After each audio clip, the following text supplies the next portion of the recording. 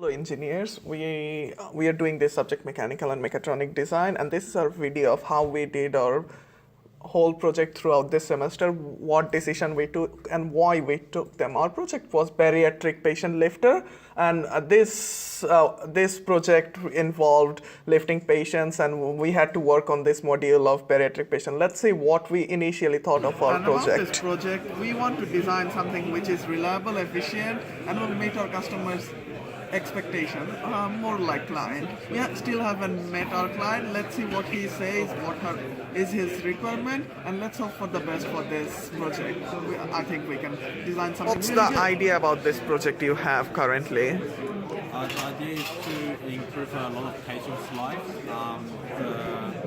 The lifter will help them to be more accessible in a lot of situations and relieve a lot of pressure from the family and just make the patient's life easier. So my name is Tanzil Rahman and I'm doing mechanical engineering at QTS. I'm on my last sem. I have been in a group with two other engineers. They're majors as well as mechanical engineer. So we are given a bariatric patient lifter to be designed, and we will design something which will make the patient, which will help us to move the patient, immobile patient, and from one place to another by not hurting him. Our supervisor was Michael Behrens. He is the head of RADO department which in UTS, which looks after the industrial clients, and he was really excited to meet us for our first project, and he actually explained what our project is initially. What we want is basically this part in here. So you'll have probably a control cable that will go up to each one of these. If you have a pendant, so some user buttons down and up, something like that, maybe an emergency stop on for that. And this part here, the patient sling, that's existing, but kind of like the joining part in the middle is what we'll need. Okay. So I'd like a mechanical design done, do some FVA on it, make sure it's not going to break, right. And electronics. So there's going to need to be some electronics in here to take the user input and turn it into something that these guys can understand. It should be this part. Yep. Yeah, this part here. Okay. All right. Any given requirement what we might have to keep in mind while designing it?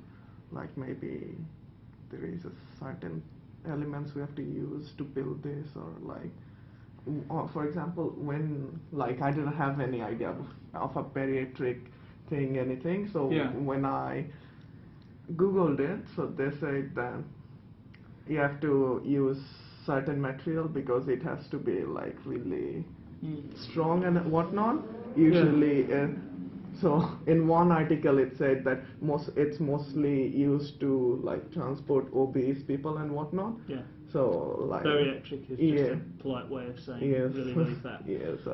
So these things are rated at 300 kilos each. Okay. So if you should probably aim for around 500 kilos to be lifting here. Yep.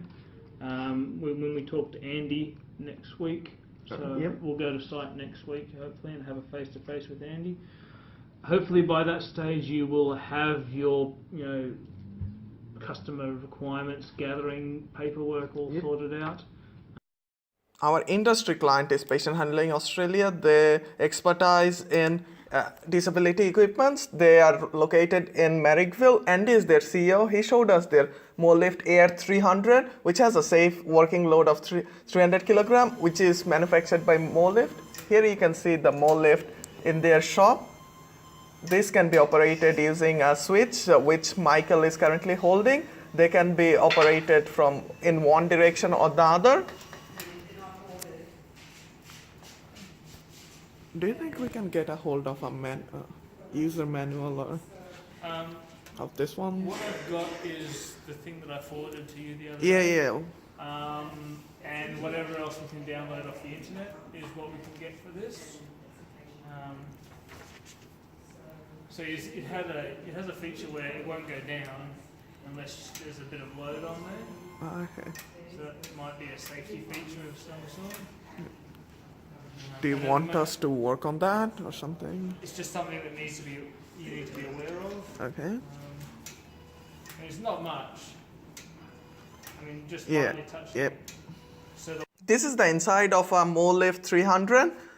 Here you can see the motor, which has a working current of 2 ampere and 100 watts. Andy already tried solution where he connected the wires coming out from both motors with a PCB and just used one switch to control their electric signal so that they turn on and turn off at the same time, but they didn't work. That's why we were hired. Here, this is the basic sketch of what we actually have to do from one place to another. There was a IP issue where MoLift actually didn't want us to work with the lift, so we had to redesign our whole design and had to set up for motors so that we can work in our project. So we couldn't work inside the motor like we thought we would. So we did a solid work model of the whole thing and we actually redesigned everything.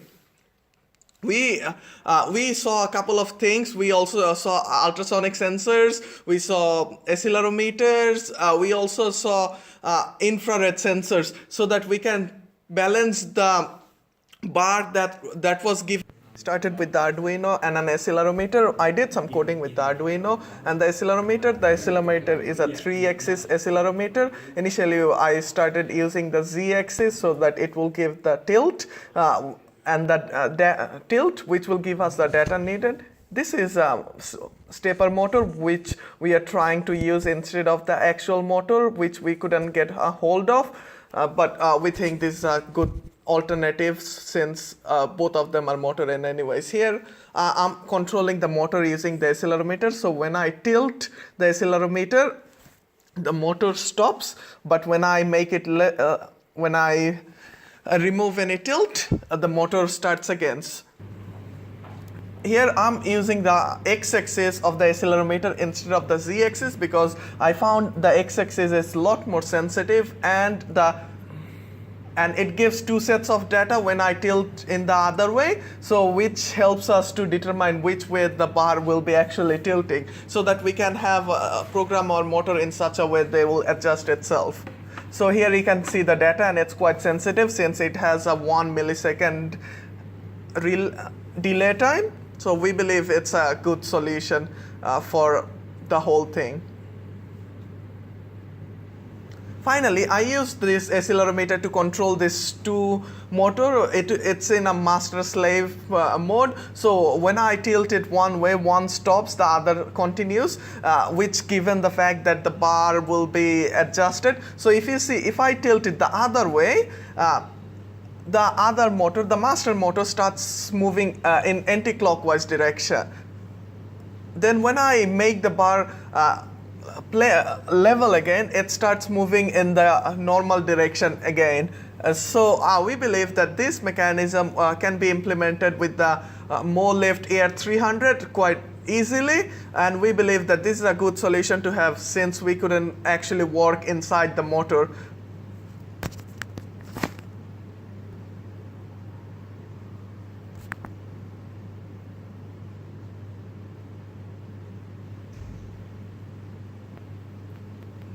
This is the code for our whole Arduino project.